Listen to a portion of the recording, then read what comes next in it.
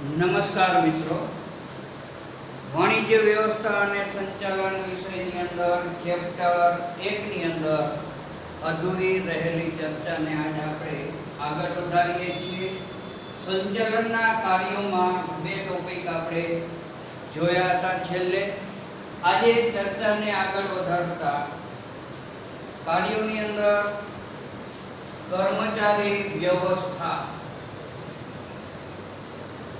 કોઈ પણ એકમની અંદર કર્મચારીઓ એ હાથ પગ સમાન ગણવામાં આવે છે। કર્મચારી વગરનું એકમ ક્યારેય અસ્તિત્વમાં આવી ન શકે। એટલે અહીંયા જે કર્મચારી વ્યવસ્થા છે એની ચર્ચા। કર્મચારી વ્યવસ્થાનો ઉદ્દેશ સંતોષકારક અને સંતુષ્ટ કર્મચારી દળ ઊભું કરવાનો, જાળવી રાખવાનો, વિકસાવવાનો છે। ડોક્ટર જ્યોર્જ ટેરીએ વ્યાખ્યા આપેલી છે। આ વ્યાખ્યા આપણને બોર્ડમાં 1 માર્કની અંદર પૂછી શકે। જ્યોર્જ આર ટેરીની વ્યાખ્યા કર્મચારી વ્યવસ્થાની આપો। તો અહીંયા જે વ્યાખ્યા આપેલી છે બરોબર ધ્યાન રાખવાનું। સૌથી પહેલા સંતોષકારક અને સંતુષ્ટ કર્મચારી દળ ઉત્પન્ન કરવાનું, એટલે જેટલા પ્રમાણમાં કર્મચારીઓની જરૂર છે એટલા પ્રમાણમાં કર્મચારીઓને એકત્રિત કરવા, તેમને જાળવી રાખવા, લાંબો સમય સુધી કર્મચારી આપણી સાથે સંકળાયેલો રહે, આપણે ત્યાં કાર્ય કરતો રહે એ માટે વિકસાવવાનો। કંપની જેમ જેમ વિકાસ થાય એમ કર્મચારીઓની આવડતમાં વિકાસ થવો જોઈએ। જ્યોર્જ આર ટેરીની આ વ્યાખ્યા। યોગ્ય જગ્યાએ,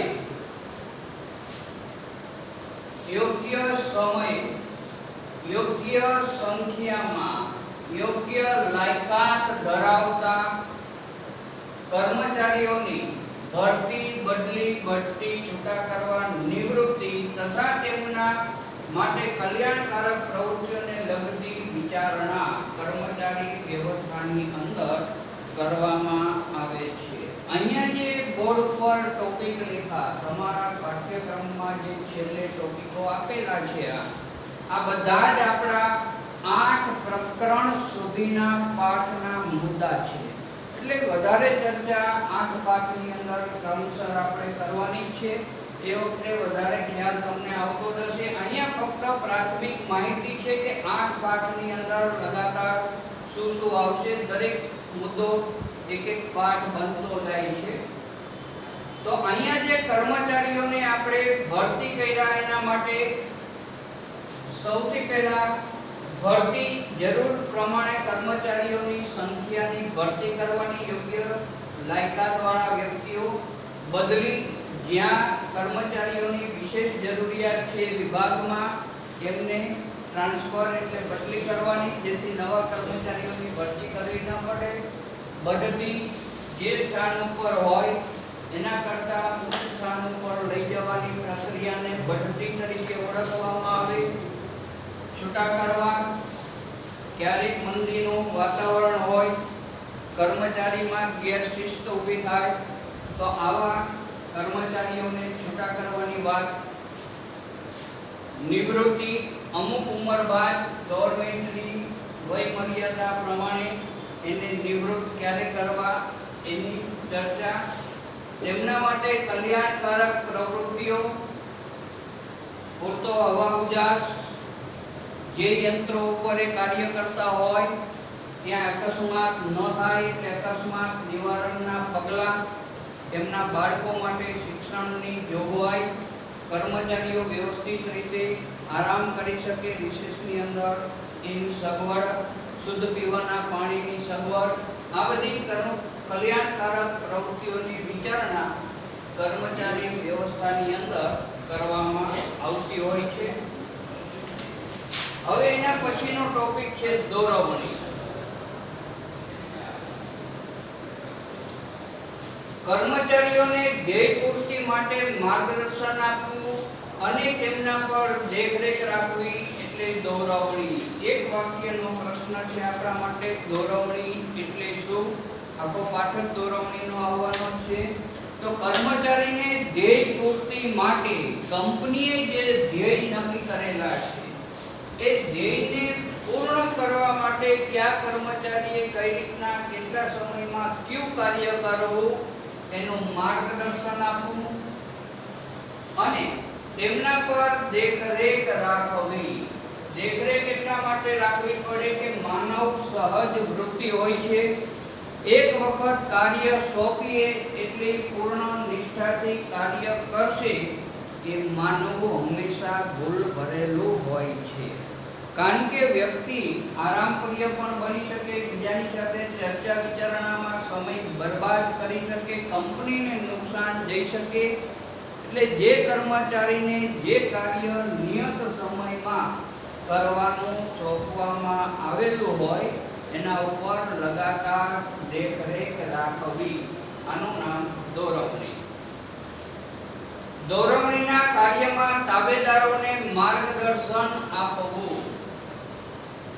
જે કર્મચારીને કાર્યની અંદર મુશ્કેલી પડતી હોય ત્યાં અધિકારીઓ દ્વારા, નિષ્ણાતો દ્વારા, એના ઉપરીઓ દ્વારા માર્ગદર્શન આપી એને પ્રોત્સાહન પૂરું પાડવાનું કાર્ય, દેખરેખ રાખવી. હમણાં સમજાયું એમ કે વ્યક્તિ સતત પ્રવૃત્તિશીલ રહે એટલા માટે, બિનજરૂરી હલનચલન અટકાવે એટલા માટે, બિનજરૂરી ચર્ચાઓ અટકાવે એટલા માટે સતત દેખરેખ રાખવી એના ઉપર. હુકમો અને સૂચનાઓ પૂરા પાડવા. ઉચ્ચ સપાટી તરફથી જે કંઈ હુકમો અને સૂચનાઓ પ્રાપ્ત થયા હોય આ હુકમો અને સૂચનાઓ પૂરું પાડવાનું કાર્ય દોરવણીની અંદર કરવામાં આવેલું હોય. કામનું નિર્ધારણ કરવું. કયા કર્મચારીએ કયું કાર્ય કેટલા સમયમાં પૂર્ણ કરવું એ નક્કી કરવાનું કામ દોરવણીની અંદર કરવામાં આવશે. કામદારોને પ્રેરણા આપવી. કોઈ પણ વ્યક્તિને પ્રેરણા આપવાથી એ ઉત્સાહથી કાર્ય કરે છે. એને જે થાક અને કંટાળો ઉત્પન્ન થાય તે ધીરે ધીરે દૂર થાય છે. સ્ફૂર્તિથી, ઉત્સાહથી, જોશથી કાર્ય કરે, પરિણામે લાંબા ગાળે કંપનીને ફાયદો થાય. એટલે દરેક કર્મચારીમાં પ્રેરણા જગાડવાનું કાર્ય દોરવણીમાં થાય. નેતૃત્વ પૂરું પાડવું. જે કર્મચારી હોશિયાર હોય એના સાથી કર્મચારીઓને માર્ગદર્શન આપવા માટેનું કાર્ય સોંપી એની અંદર જે નેતૃત્વનો ગુણ હોય એને બહાર લાવવાનું કાર્ય કરવામાં આવે. દોરવણી સંચાલનની દરેક સપાટીએ સતત ચાલતી પ્રવૃત્તિ છે. આપણા માટે આ વિકલ્પ છે. બોર્ડની અંદર અને પરીક્ષાઓમાં પૂછી શકાય તેવો છે. દોરવણી સંચાલનની દરેક સપાટીએ સતત ચાલતી પ્રવૃત્તિ છે. દરેક સપાટી એટલે આપણી પાસે 3 સપાટી છે. ઉચ્ચ સપાટી, મધ્ય સપાટી અને તળ સપાટી. ત્રણેય સપાટીઓની અંદર દોરવણીની સતત જરૂરત છે.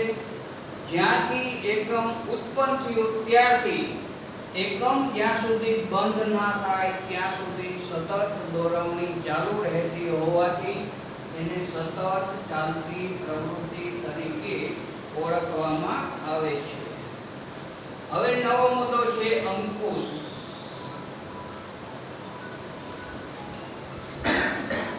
સાત નંબરનો પાઠ આપણો અંકુશ વિશે આખો આવશે.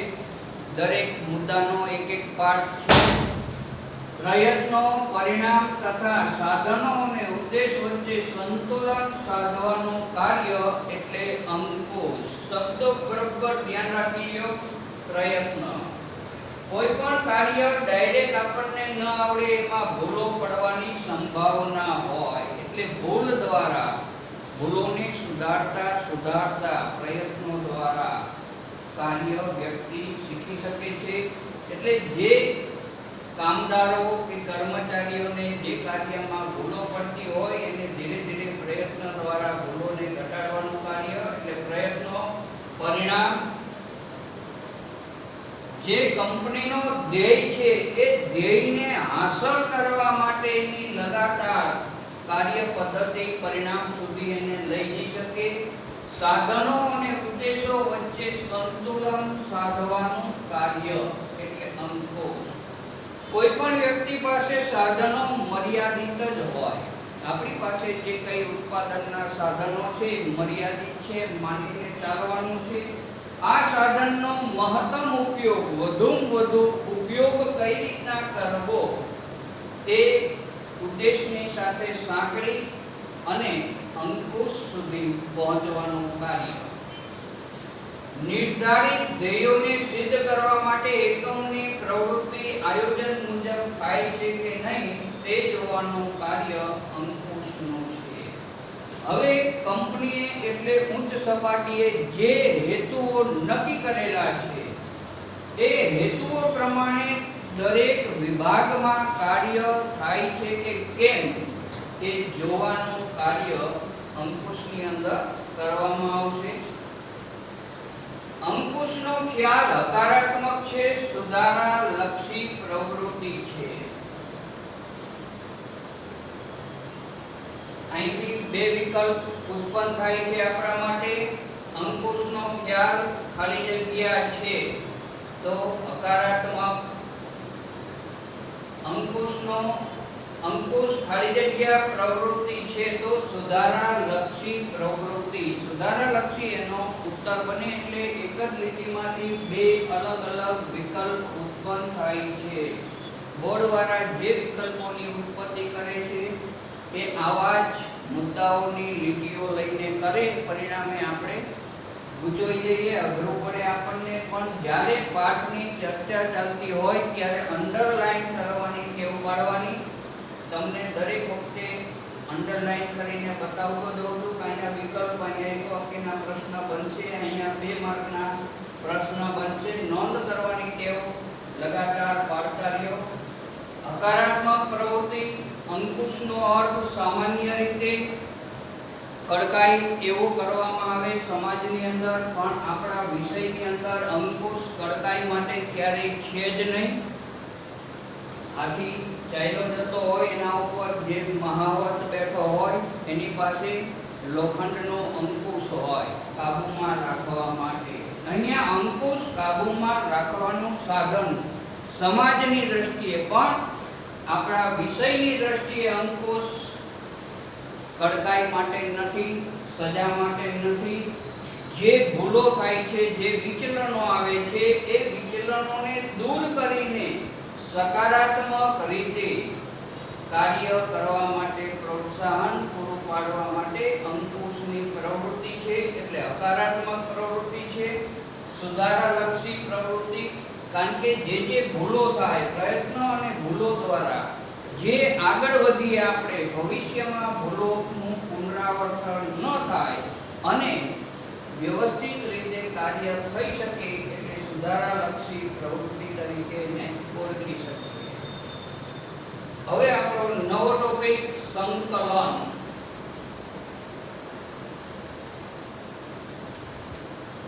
ધંધાકીય એકમના જુદા જુદા વિભાગોમાં કર્મચારીઓ દ્વારા જુદા જુદા જે કાર્યો થાય તેમની વચ્ચે એક સૂત્રતા કે સુમેળ સાધવાના કાર્યને સંકલન કહે છે. હવે એકમની અંદર જુદી જુદી પ્રવૃત્તિઓને વિભાગની અંદર વિભાજિત કરવામાં આવે છે. દાખલા તરીકે ખરીદ ખાતું, વેચાણ ખાતું, હિસાબ ખાતું,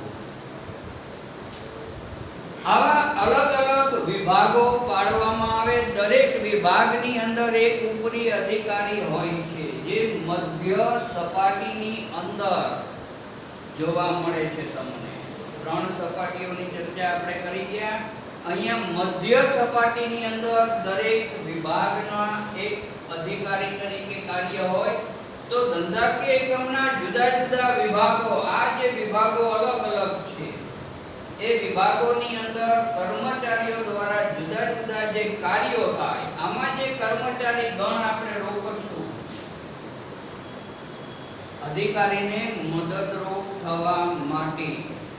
તો એ કર્મચારીઓની વચ્ચે જે કાર્ય થાય છે તેમની વચ્ચે એક સૂત્રતા કે સુમેળ સાધવાના કાર્યને સંકલન કહેવામાં આવે છે. ખરીદ ખાતું જો ખરીદી ન કરે તો આ બંને ખાતાનું કોઈ કાર્ય બાકી રહેતું નથી, કારણ કે એમના ભાગે કોઈ કાર્ય કરવાનું આવતું જ નથી. ખરીદ ખાતું ખરીદી કરે, ઉત્પાદન ખાતું ઉત્પાદન કરે, વેચાણ ખાતું વેચાણ કરે, તો હિસાબ ખાતાની અંદર હિસાબ બનાવવાના આવે. બાકી આવક જાવકનું સરવૈયું અંદાજપત્ર એમને કરવાનું ન આવે. તો અહીંયા ખરીદ ખાતાએ કમ્પ્લીટ ખરીદી કરી, પણ ઉત્પાદન ખાતું જો ઉત્પાદન જ ન કરે તો ખરીદ ખાતાનો ઉદ્દેશ કામયાબ થતો નથી. એટલે બધા જ ખાતાઓની વચ્ચે, વિભાગોની વચ્ચે એક સૂત્રતા સાધી, સંકલન સાધી, એટલે સુમેળ બનાવી અને કાર્યને આગળ ધપાવવાનું કામ એટલે સંકલન. હવે સંકલનની જુદી જુદી લાક્ષણિકતાઓ. અહીંથી આપણો 2 માર્કનો પ્રશ્ન, 2 વિભાગ 2 માર્કના છે. સંકલનનો લાક્ષણિકતાઓ સમજાવો, સંકલનનું મહત્વ સમજાવો. આ 2 માંથી ગમે તે પ્રશ્ન 2 માર્કમાં પૂછી શકાય છે. એટલે ધ્યાન રાખવાનું, અહીંયા જે વ્યાખ્યાઓ છે બધી એક એક વાક્યની છે, વિકલ્પો પણ એમાંથી બને. હવે અહીંયા જે અલગ રીતે બતાવ્યું છે આપણે એ 2 માર્ક માટે છે. તો સૌથી પહેલા લાક્ષણિકતાઓ.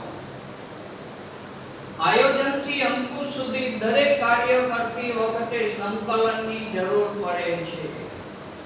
કંપનીની અંદર અલગ અલગ વિભાગો દ્વારા આયોજન, વ્યવસ્થા તંત્ર, દોરવણી અને છેલ્લે અંકુશ સુધીનો વિભાગ કાર્ય આપણે કરવાનું છે. 7 પ્રકરણ સુધી લગાતાર આ ચર્ચા તમારી સાથે જ આવશે. એટલે અહીંયા દરેક કાર્ય સંકલનની જરૂર પડશે. કોઈ પણ કાર્ય કરવું હોય, આયોજન કરવું હોય તો પણ સંકલનની જરૂર પડશે. વ્યવસ્થા તંત્રનું માળખું ગોઠવવું હોય તો પણ સંકલન જરૂરી છે. દોરવણી આપવી હોય કર્મચારી ગણને તો પણ સંકલનની પહેલી જરૂરિયાત છે. અંકુશનું કાર્ય કરવું હોય તો પણ સંકલન ફરજિયાત જરૂર પડશે. એટલે દરેક વિભાગની અંદર દરેક કાર્ય કરવામાં સંકલન અનિવાર્ય છે. સંચાલનની દરેક સપાટીએ થતું કાર્ય છે. હવે 3 સપાટી આપણી પાસે, ઉચ્ચ સપાટી, મધ્ય સપાટી અને તળ સપાટી. આ 3 સપાટીઓની અંદર સતત રીતે થતું કાર્ય એટલે સંકલન. એટલે દરેક સપાટીએ આ કાર્ય યોગ્ય રીતે થશે તો જ કંપની પોતાના નિર્ધારિત ધ્યેય સુધી પહોંચી શકે છે. માહિતી સંચારની વ્યવસ્થા કાર્યક્ષમ હોવી જોઈએ. અતિ મહત્વની વસ્તુ છે. જે માહિતી સંચારનું આદાન પ્રદાન કરવાનું છે એ કાર્યક્ષમ રીતે થવું જોઈએ. માહિતી ઉચ્ચ સપાટીથી મધ્ય સપાટીએ જાય છે, મધ્ય સપાટીએથી તળ સપાટી સુધી જાય છે. તળ સપાટીમાંથી જે કંઈ કાર્ય થયા એને અહેવાલ સ્વરૂપે મધ્ય સપાટીમાં જાય અને મધ્ય સપાટી ઉચ્ચ સપાટીને આપે છે. અહીંયા અપ ડાઉનનો જે માર્ગ છે બરોબર ધ્યાનમાં રાખવાનો છે, જેથી કોઈ જાતની તકલીફ ક્યારેય નહીં પડે. 8 પ્રકરણ સુધી આ માર્ગ તમારે જરૂર પડશે. 3 સપાટીઓની અંદર કઈ રીતના સંકલન, દોરવણી, અંકુશ થાય છે એ જાણવા માટે. સહકાર વગર સંકલન શક્ય નથી. અહીંયા દરેક અધિકારીઓ અને દરેક કર્મચારીઓનો સહકાર પ્રાપ્ત થવો ખૂબ જ જરૂરી છે. વિના સહકાર નહીં ઉદ્ધાર. આ સૂત્ર પ્રમાણે કર્મચારી ગણનો જ્યાં સુધી સહકાર નહીં મળે ત્યાં સુધી કંપની પોતાના ધ્યેયને સિદ્ધ કરી શકતી નથી. ધીરે ધીરે ખોટના માર્ગે આગળ જાય અને કંપની બંધ થવાની નોબત પણ આવી શકે. એટલે અહીંયા સંતુષ્ટ અને કાર્યનિષ્ઠ કર્મચારી ગણનો પૂરેપૂરો સહકાર મળે. કર્મચારીઓ આપણને છોડીને જાય નહીં, આપણી સાથે ગેરવર્તણૂક ન કરે, કંપનીની અંદર ભાઈચારાનું વાતાવરણ, એકતાનું વાતાવરણ ઉત્પન્ન થાય, એ અતિ મહત્વનું કાર્ય સંકલનની અંદર છે. એટલે અહીંયા સહકાર વગર સંકલન શક્ય નથી.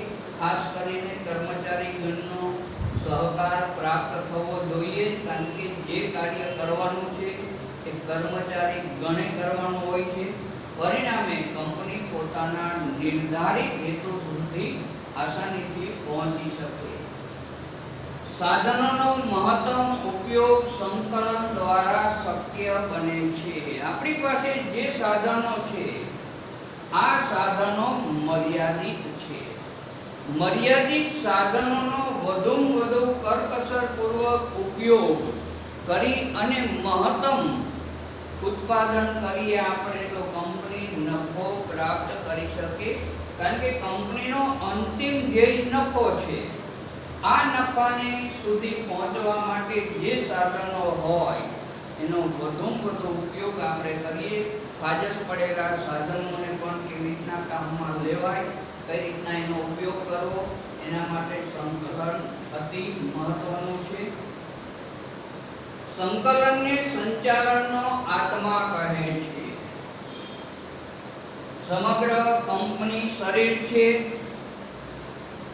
તો સંકલન એનો આત્મા છે. જેમ આપણા શરીરમાં આત્મા ચાલી જાય તો શરીરની કોઈ કિંમત રહેતી નથી, એમ સંકલન રૂપી આત્મા જ્યારે કંપનીમાંથી ચાલ્યો જાય, દૂર થઈ જાય, ત્યારે કંપની બંધ થવાની મુશ્કેલી આવી જાય.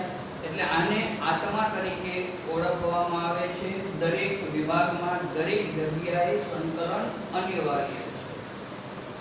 હવે સંકલનનું મહત્વ, 2 માર્કનો બીજો પ્રશ્ન આપણા માટે. આયોજન,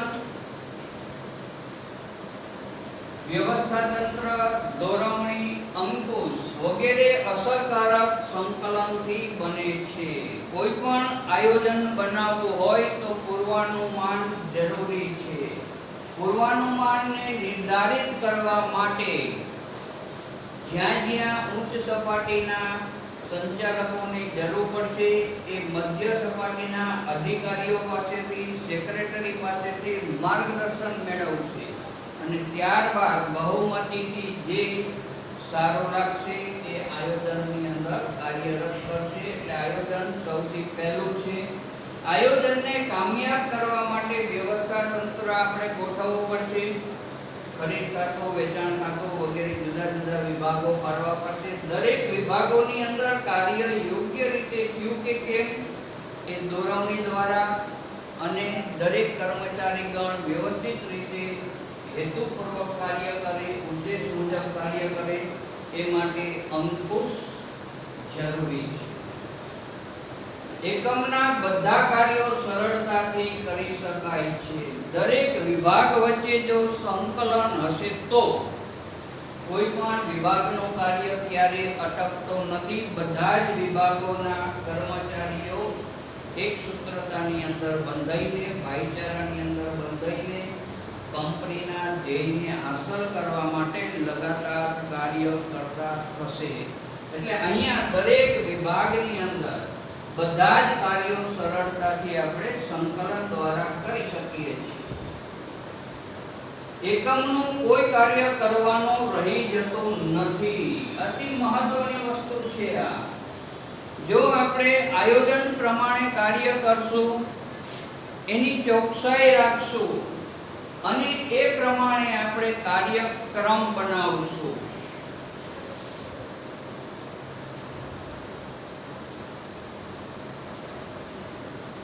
કાર્યક્રમ એટલે જે ક્રમની અંદર કાર્ય કરવાના છે એને આપવામાં આવેલો ક્રમ. પરિણામે કોઈ કાર્ય કરવાનું રહી જતું નથી. આ કાર્ય બેવડાતું નથી. ઘણી ફેર કાર્ય ડબલ વખત કરવું પડે તો મુશ્કેલી પડે. એટલે અહીંયા કોઈ કાર્ય સંકલનથી બેવડાવવાનો પ્રશ્ન રહેતો નથી. જુદા જુદા વિભાગોમાં સંવાદિતા જળવાઈ રહે છે. સુમેળ ભર્યું વાતાવરણ દરેક વિભાગની અંદર ઉત્પન્ન થતું હોવાથી બધાની વચ્ચે સંવાદિતાનું વાતાવરણ પ્રવેશે છે. પરિણામે ઉત્સાહ અને ખંતથી દરેક વ્યક્તિ જોડાયેલો રહે છે. વિવિધ વિભાગોના કાર્યને તેમના ક્રમ સમય વચ્ચે સમતુલા જાળવવાનું કાર્ય શક્ય બને છે. ઉચ્ચ સપાટી સંચાલને જે કાર્યક્રમ નિર્ધારિત કરેલો છે એ કાર્યને આપવામાં આવેલો ક્રમ પ્રમાણે સમય મર્યાદાની અંદર રહી અને દરેક વિભાગમાં કાર્ય થાય એ સમતુલા સાધવાનું કાર્ય સંકલન દ્વારા શક્ય બને છે. એકમના નક્કી કરેલા હેતુઓને સિદ્ધ કરી શકાય છે. એકમ એટલે ઉચ્ચ સપાટી સંચાલન દ્વારા જે હેતુ નિર્ધારણ કરવામાં આવેલા છે હેતુને પાર પાડવા માટે સિદ્ધ કરવા માટે સંકલન દરેક સપાટીએ દરેક વિભાગની અંદર અનિવાર્ય છે અને સંકલનના કારણે હેતુ સિદ્ધિ આપણે કરી શકીએ છીએ. મિત્રો, અહીં સુધી ચર્ચાને આપણે રાખીએ છીએ.